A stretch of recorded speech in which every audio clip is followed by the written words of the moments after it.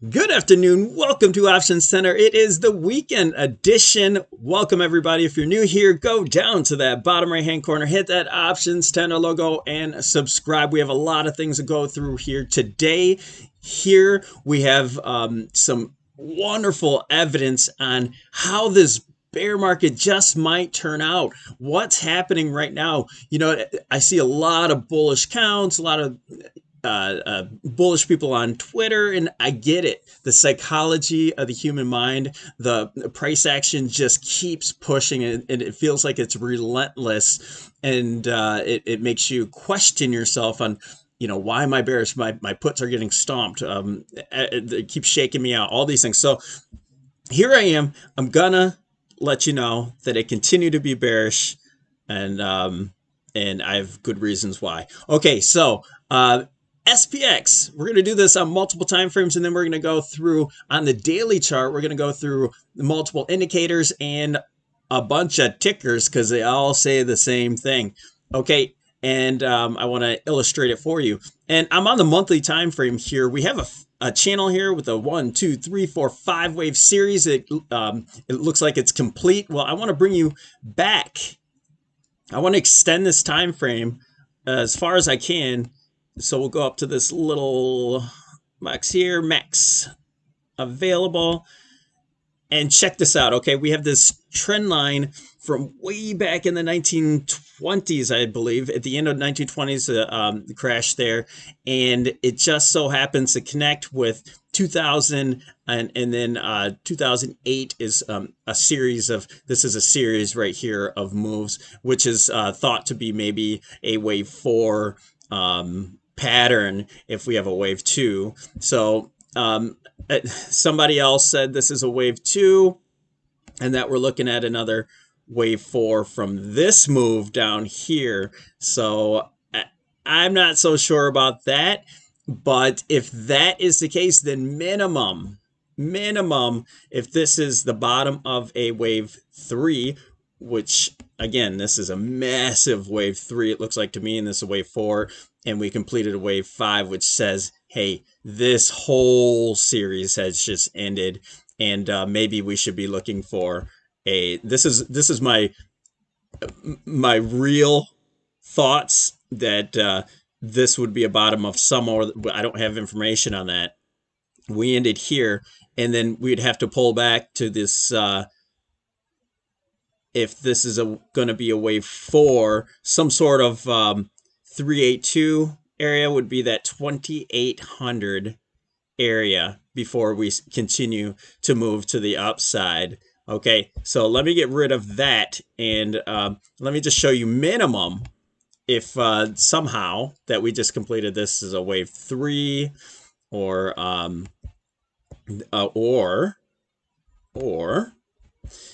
so if this is a wave 3 and then we're going into 4, then we should see at least a 38.2 retracement here to the 3200, and we've been talking over and over and over about this 3200. Okay, 35 to 3200 area is our next place of interest where we think that the market's going to go. Now, if this is a completed series and this happens to be a wave 4 over here for the 2008, then maybe we're just starting a new one. Let me add some Fibonacci's on there. Then we should retrace back to the 50 or the 60%, and this would just be a wave 1, 2. So I'll leave all these on here as we continue to do updates throughout the weeks. And we should go Fibonacci to Fibonacci. But, if this is wave 2, I think minimum we should be hitting this 2700 area and likely to test the 200-month moving average here at 2200. I know that sounds so super bearish, but the 2200 area, and I've mentioned this price range before because we're at least looking for this ascending triangle to backtest where it started from, the Corona crash, and that's right there at that distance. The 2200 is the key point where I think that we're gonna end. I hope I was clear on that. But that's the 200-month moving average, and that's a far way away. I know there's other doomsday, this or that, but let's move on from this. We held on this for a long time. Let's go ahead and go down to the weekly. And sort of the whole point of this video, as I scroll into this downtrend, we're in a channel right now, this downtrend here, is we had this great move down here. And I think this is the end of the first move, meaning a 1, 2, 3, 4, 5 wave series right here. And, you know, it felt really bearish. You saw the capitulation at this point. And what I think is happening is we're balancing. We're just creating this balance. So whether I want to explain to myself in earlier videos that I've said, hey, this is the end of it, and we're looking at a 1, 2, 1, 2, 1, 2. We're getting really tight, and that's a super bearish scenario. We're going to break out of it, and we have a series of wave 3s headed down. Wave 3 of 3 of 3 of 3, and it's going to move pretty rapid. Now, I've said that in the past. Now, I want to be a little bit more conservative when I'm speaking on this being a balance, and what that could be, and it still would create a pretty sharp move to the downside, but thinking of it as a more of a triangle might be a little bit more appropriate until otherwise. So and this wave would be more like an A, and then we have this B sideways, huge moves, but sideways ultimately. And you'll see that on the next chart. And then a wave C to complete this at least portion of the move. And if you do 100% extension from, you know, this point, if this is where we end, you could see. But we'll do that in further updates. Some more of the targets. But again, I'm looking at this 3,500 area. It's just the bottom here, and getting to the next zone where this 618 retracement is here, and that's just a 618 and the 50% of the Corona. I call it thrust, the Corona thrust, that whole big move. This is just half of the move given up, and then back to that half of that. So, or excuse me, to the 60%.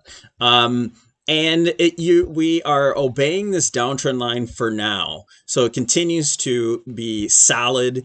We poked through it a little bit, and we're going back to test it again. Okay. Now, just to give you a whole visual of this balance, and you know, the video yesterday was the market's just, it's walking on a cliff. You know, it's just about to fall off. I think we're balancing here to balance this move, and what that means is this continuation pattern. So let's go ahead and go down to the daily, then we'll spend some time on a couple different indicators, and then we'll check out some other charts as well. Now, this shows the downtrend line here, but I want to highlight after this nice big move, kind of what's happening. Okay, we have now, I came in just a little bit too hot there. Okay, so that's the end of, you see that capitulation? Sharp moves to the downside.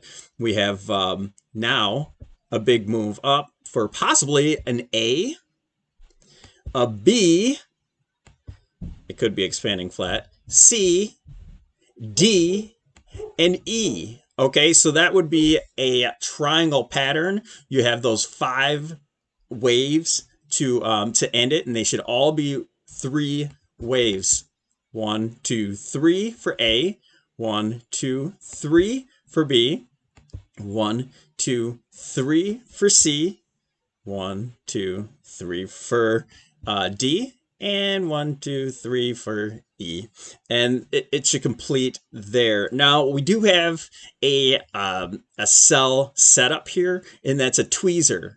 That's a tweezer top. Now, in order for this to actually be a top, clearly we have to have this next candle to confirm it as a red candle. We should get underneath this very important 39.40 area in order to say that's a tweezer top. Okay, it's a little bit easier to see. I know that looks odd. Some people are going to call that bullish engulfing. There's different ways to look at it, and we can check it out in the futures when we get to that chart. And I wanted to point out, you know, we had that spike above there, but since we're balancing sideways, we don't really have to obey that downtrend line. It just so happens to be so pretty right now. But if we pop out of this downtrend line, it's not the end of the world, because we're really looking at here's the kind of here's where the downtrend line is here. It fits wonderful from the point at the top of August, but just the benefit of the doubt kind of line. You could put it on the top of here, and we should obey that a little bit more. But I was kind of wondering why most of these pullbacks were a little bit sharper than your typical 50-60%.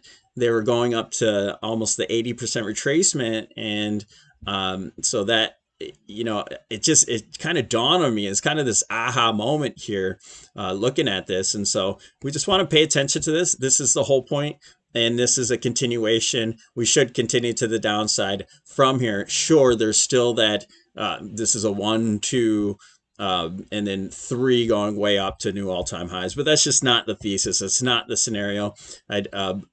Looking overall from that last chart in the monthly, we really topped from a really high degree of, if you're talking Elliott wave analysis. And I just think that this is, at minimum, one more move down before we can consider that a correction. But I think this, this next series should just ultimately, obviously not in a straight line, but after we correct here, we have other options. We could correct up again and then really flush. But lots of things can happen. But right now, I think we actually move down. And even if this is a series of wave 1 and 2s and 1 and 2s and 1 and 2s, and then either way, we should start breaking down from this point and heading impulsively to the downside in either scenario, in any scenario you look at, other than a bullish scenario. Okay. And what I want to look here on our regular indicators, our MACD and our RSI, is, when we're looking at these, we're like, oh my gosh, why didn't I see this triangulating?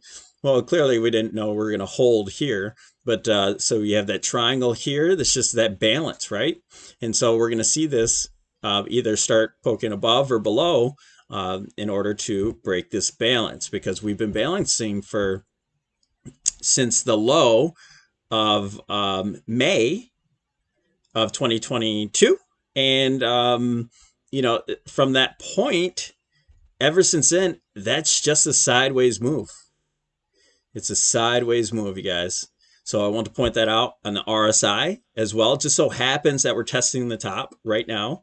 So is that giving us a clue that we may have topped with those tweezer tops? Very possible. And that's what I'm looking at with these. Now, before we look at the comparison to all the other indices, I want to go ahead and let's pop on the McClellan oscillator. If we go up to this little beaker thing, and McClellan MCC, I believe, and let's look at the summation. Let's go ahead and add that to our chart.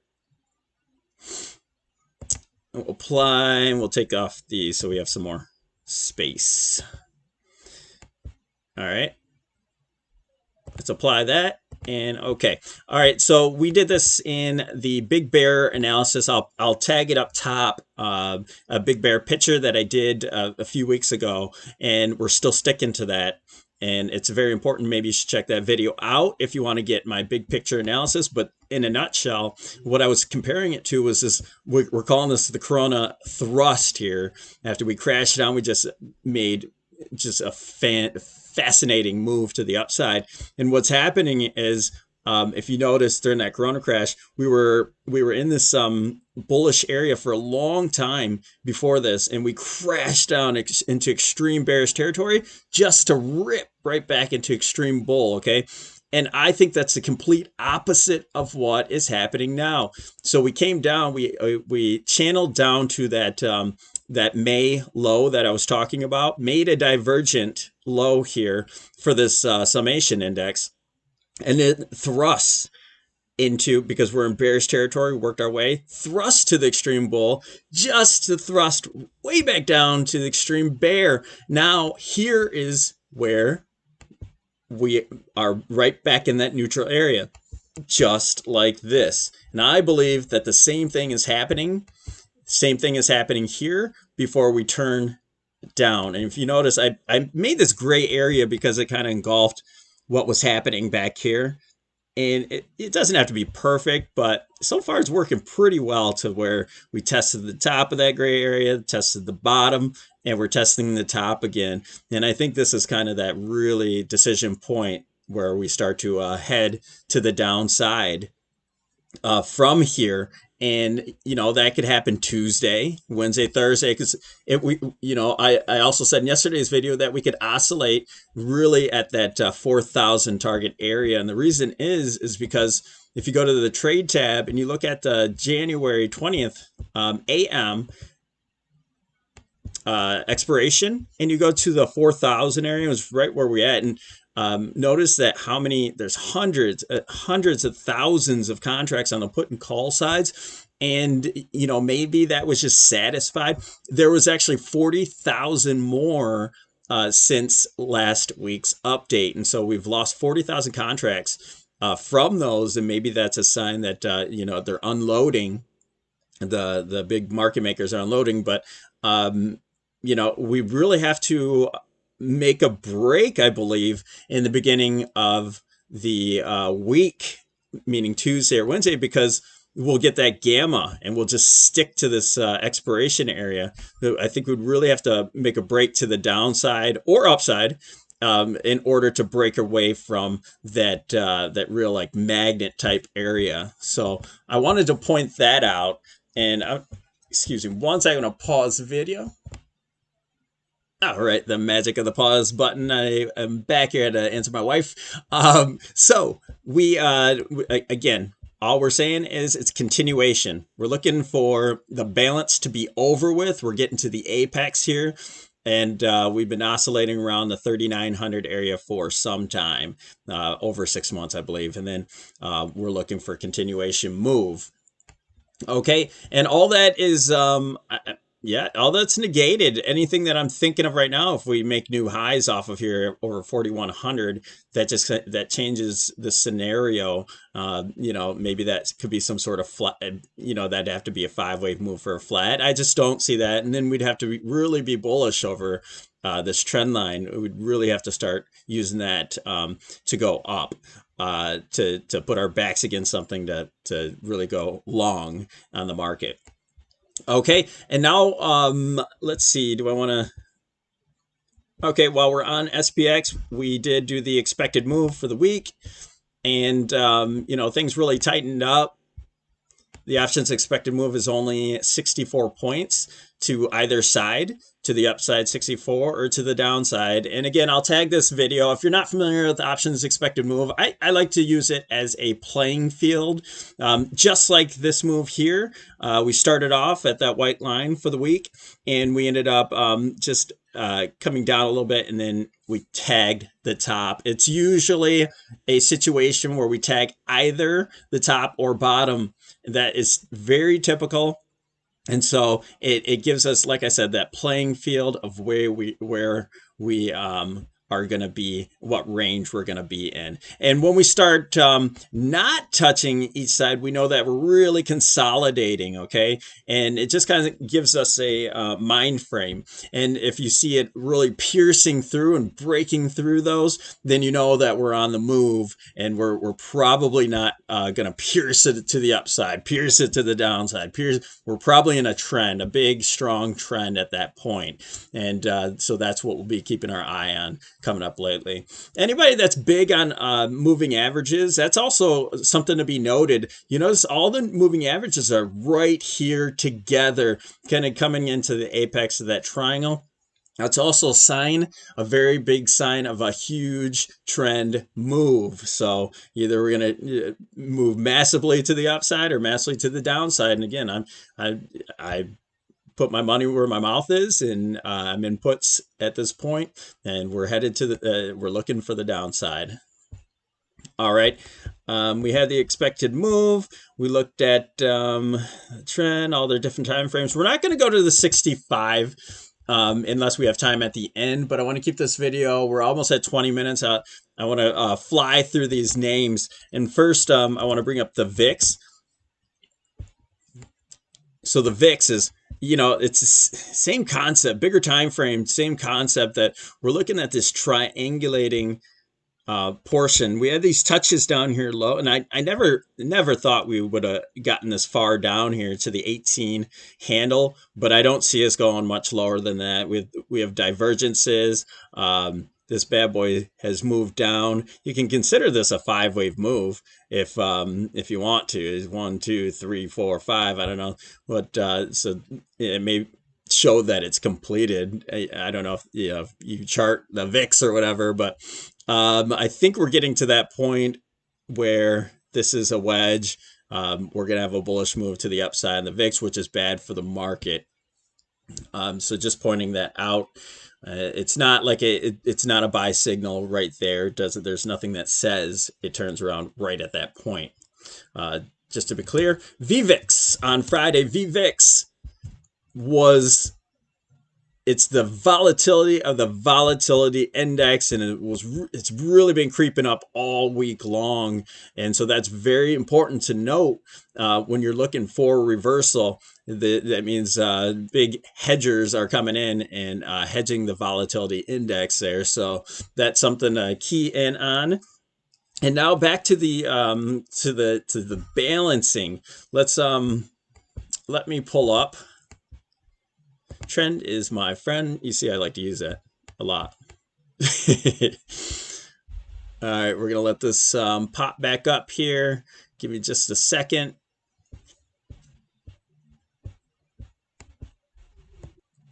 Okay, just wanted to give you a little bit more visuals of what this balancing is going through. This is the ES, the futures of the market. Again, obeying that downtrend line there very, very well. But we want to just point out that, you had this spike here from the CPI, and so there may be some move, some wiggle room to head up. I don't want it to get above this point here, but right there is a trend line as well, if we kind of give that a little bit more room. But also looking at the indicators, I'm not going to pull them all up there, but you see that's triangulating. Let's move over to the Qs. The NQ. Again, we had this massive move led by the tech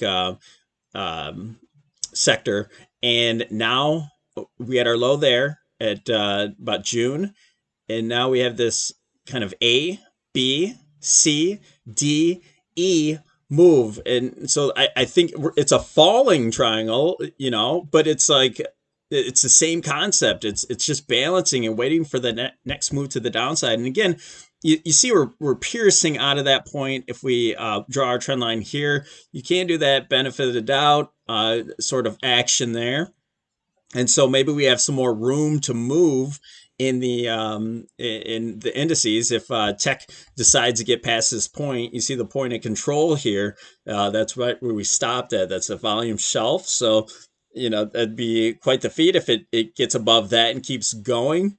That's pretty bullish, but our scenario still stays alive there.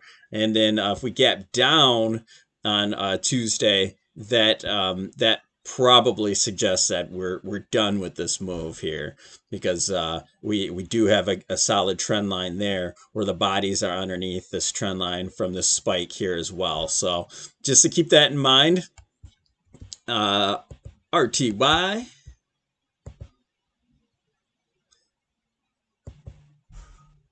Sorry about that. I should have changed all those ahead of time. So we have more of a descending triangle here. We have more points that are going across at this point, and we have the support down low. But this also gives a little bit of wiggle room if we look in there. Notice the indices before I get in there, not the indices, but the indicators also triangulating. But we show just a little bit more room with some resistance here. Same thing, same, we had a wedge, we fell out of it, kind of back testing there. Same luck. And the Dow is actually different. it's still the balancing that we are paying attention to, but it's more, instead of a triangle, it's more of a wedge, an expanding wedge, or a flat pattern if you're looking at the Elliott wave. And so we had this nice large move here, and we're just balancing out of it. And this should be completed. This should be the top. And now the Dow could be leading us down with a 1-2 setup here for continuation to the downside.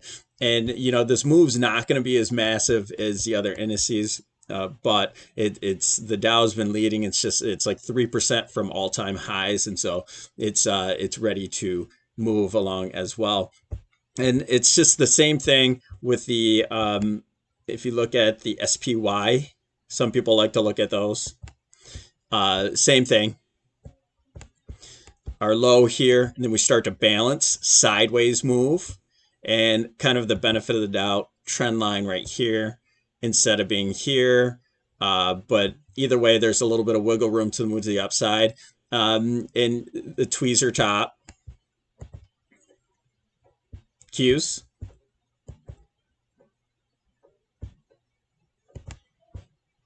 Same thing. But here's some wiggle room here for the benefit of the doubt.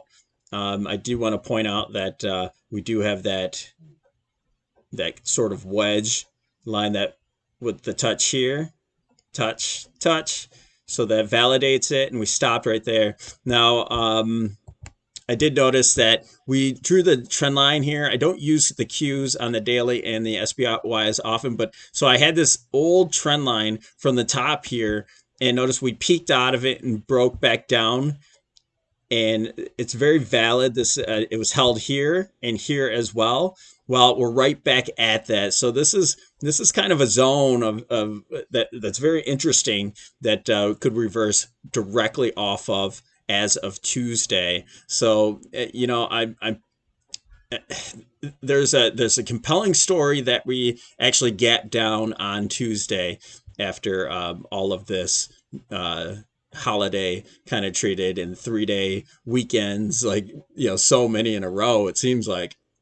And then also IWM, and then we'll finish up with DIA.